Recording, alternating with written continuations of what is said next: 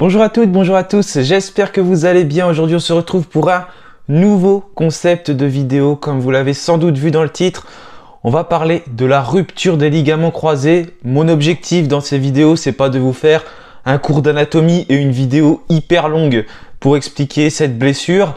C'est tout simplement d'essayer de comprendre les blessures qui peuvent arriver aux sportifs et en particulier aux footballeurs. Il y en a, on en entend souvent parler, comme des lésions au niveau du quadriceps, du mollet, comme c'est le cas d'Anthony Briançon et de Kader Bamba. La rupture des ligaments croisés dont souffre Gaëtan Charbonnier. Vous verrez d'ailleurs qu'on dit plutôt rupture du ligament croisé. Plein d'autres blessures comme des pubalgies, des fractures. Bref, il en existe beaucoup chez les sportifs. N'hésitez pas à me dire si cela vous intéresse, si on pourra aborder d'autres sujets. L'objectif, voilà, c'est tout simplement de comprendre en quelques minutes qu'est-ce que c'est ces blessures pour tout simplement avoir un peu une idée et une idée aussi de la rééducation parce que c'est des protocoles qui sont souvent très longs et pourquoi les footballeurs ne reviennent pas tout de suite ou pourquoi quand ils sont revenus c'est encore compliqué pour eux. Voilà, c'est l'objectif de cette vidéo, vous expliquer tout cela assez rapidement. Donc on est parti pour l'explication de la rupture des ligaments croisés.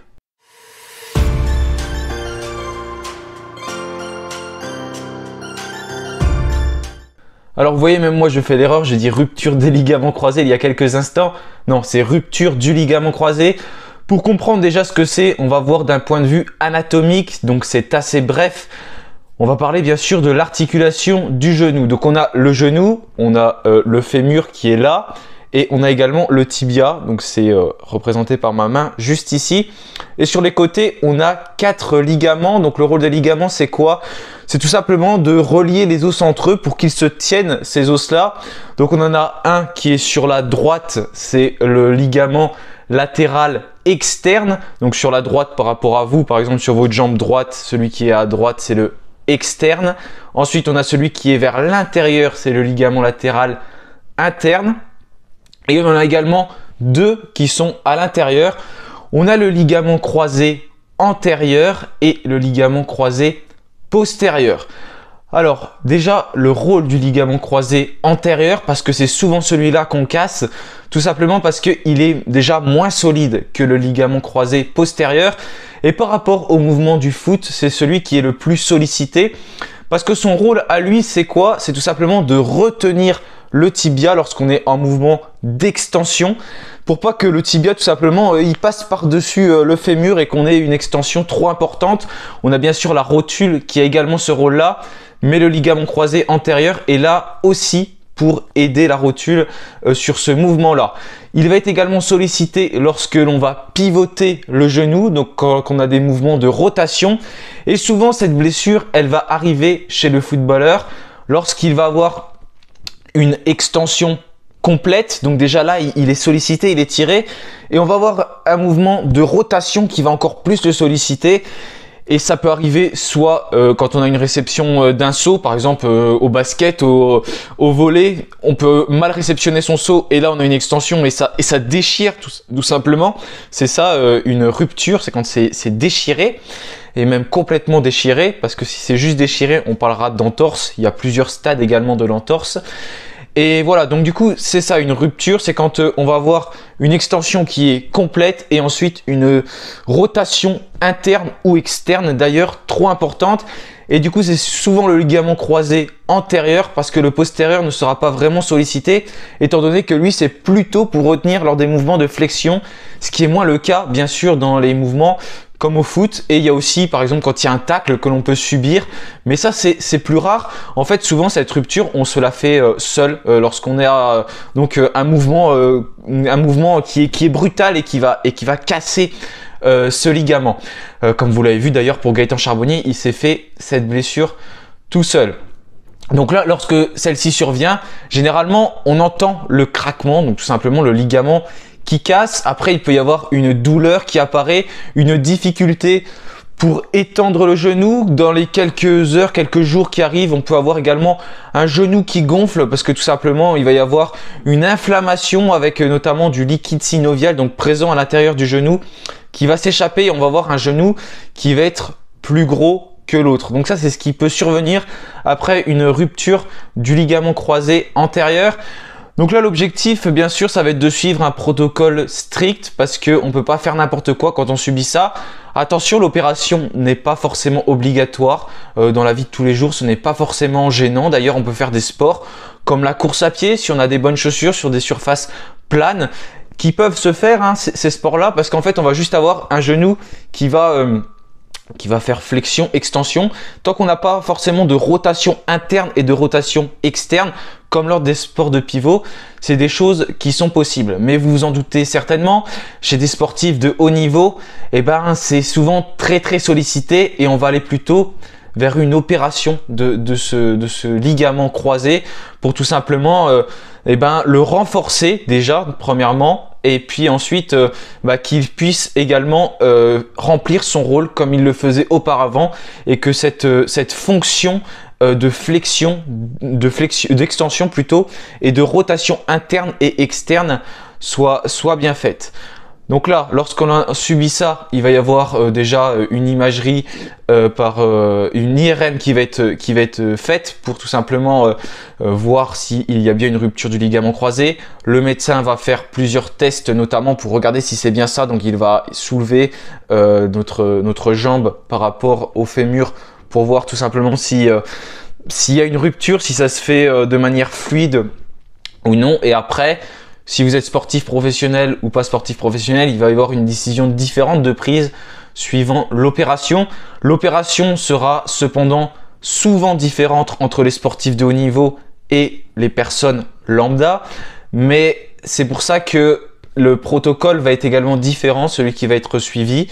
Donc du coup, ce qui va se passer, c'est que suite à cette opération-là, il y en a qui va guérir plus vite que l'autre, tout simplement parce que on va potentiellement prendre plus de risques chez une personne sportive parce qu'elle a une carrière en jeu, tout simplement. Donc il faut essayer que cela se soigne le plus rapidement possible, mais ce n'est pas sans danger, bien sûr. Quand on essaye de faire les choses le plus rapidement possible, il peut y avoir des problèmes avec de l'arthrose notamment qui peut arriver, parce que dans le genou, on a également les ménisques. Donc le rôle des ménisques, ça va être un peu comme des coussins, des amortisseurs, donc ils sont situés de part et d'autre du genou, et ça va être un peu, vous voyez, comme un roulement, et ça va amortir les chocs.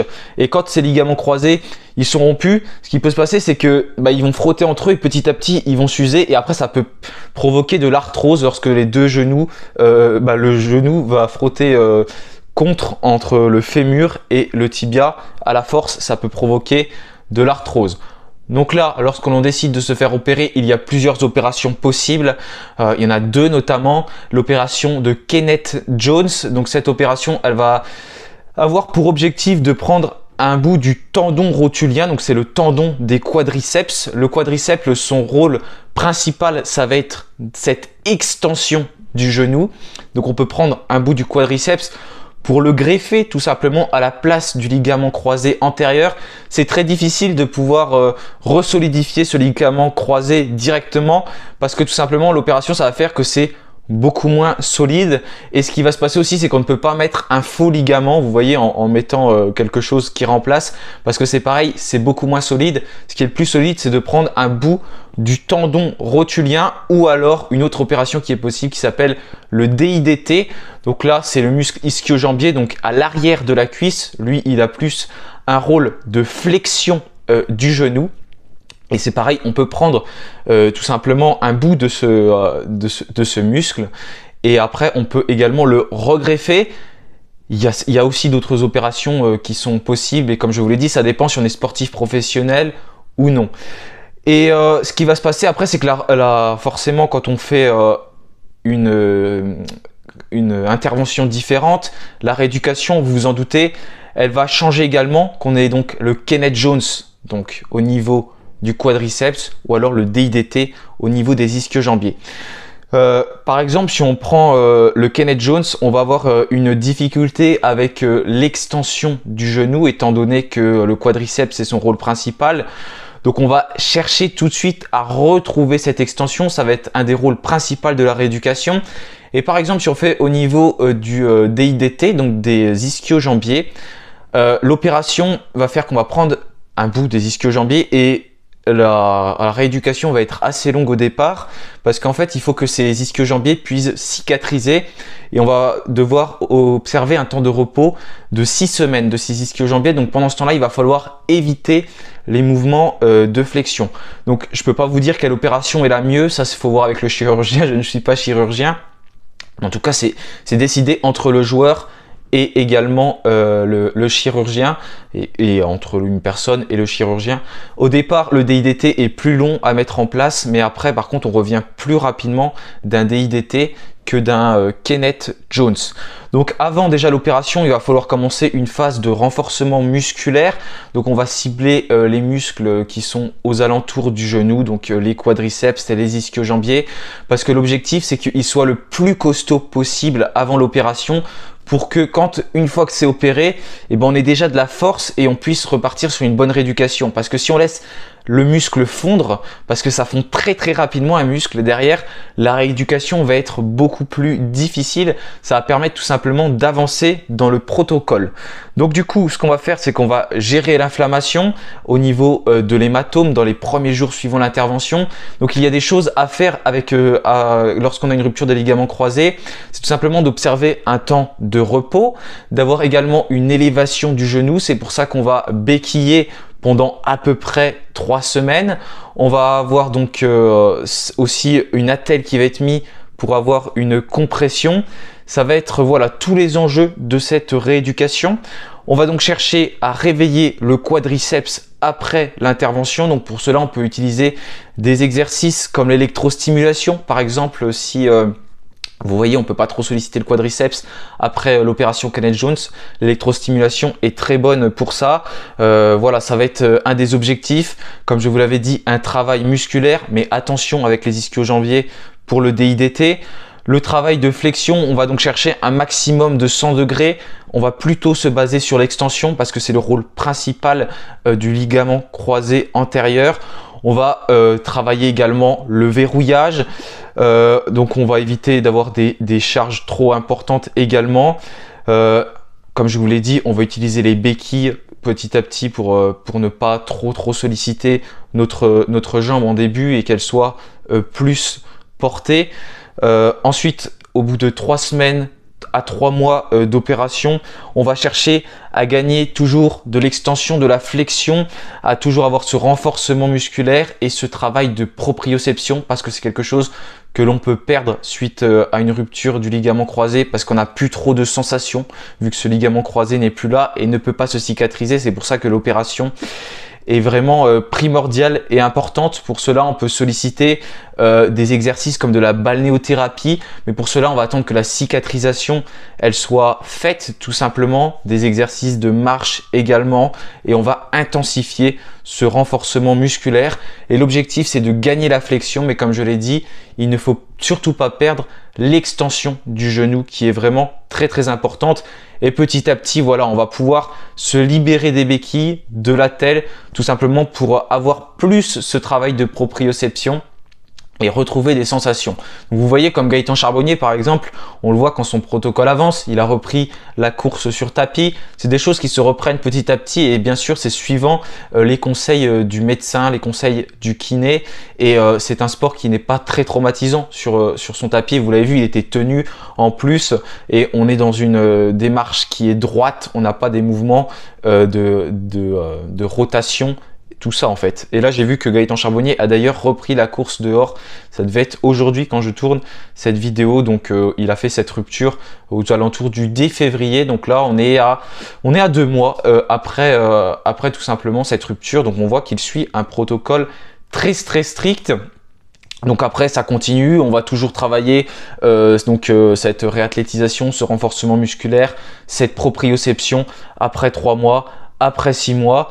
Reprise de la compétition pour DIDT, donc c'est après 6 mois, et pour Kenneth Jones ça va s'étendre plus loin, potentiellement jusqu'à 9 mois, mais bien sûr c'est toujours selon les conseils du chirurgien. Donc vous voyez ce protocole lors d'une rupture du ligament croisé du coup, il est assez long et c'est quelque chose qu'il faut suivre de façon très précise parce que si on se précipite, et ben en fait ça peut emmener d'autres problèmes. On peut par exemple avoir des problèmes autre part parce qu'on va compenser avec la rotule, on va compenser avec les quadriceps. Vous voyez, on peut avoir d'autres syndromes qui peuvent se greffer, comme le syndrome du tendon rotulien, le syndrome de l'essuie-glace, beaucoup d'autres syndromes qui peuvent arriver si tout simplement on ne suit pas le protocole à la lettre. C'est pour ça que cette rééducation elle est très longue, et plus un joueur est vieux, même si Gaëtan Charbonnier n'est pas vieux, il a 34 ans, plus forcément c'est difficile de revenir. Beaucoup de joueurs ont eu du mal, mais maintenant ça se fait de mieux en mieux parce qu'on a de plus en plus l'habitude d'opérer ce type de blessure, ce qui fait que derrière les joueurs peuvent revenir petit à petit et retrouver leur niveau. En tout cas, c'est tout ce que je souhaite à Gaëtan Charbonnier. En tout cas, il ne reviendra pas, c'est sûr, avant l'année prochaine, hein, parce qu'il faut que cette rééducation se fasse de la meilleure des manières. En tout cas, il est à Clairefontaine, donc il est très très bien suivi en ce moment, et on va voir ce qui se passe. Voilà, j'ai terminé pour cette vidéo. N'hésitez pas à me dire ce que vous en pensez, si ça vous a plu, si vous aimez ce genre de vidéo. J'en ferai, si c'était le cas, j'en ferai d'autres. Et si vous avez d'autres choses que vous voulez savoir sur une autre blessure, n'hésitez pas à le mettre en commentaire. Voilà, merci à tous d'avoir suivi la vidéo. Je vous souhaite une bonne semaine. On se retrouvera pour l'avant-match entre Grenoble et Saint-Etienne. Moi, je vous souhaite une bonne soirée et allez les Verts. Salut à tous.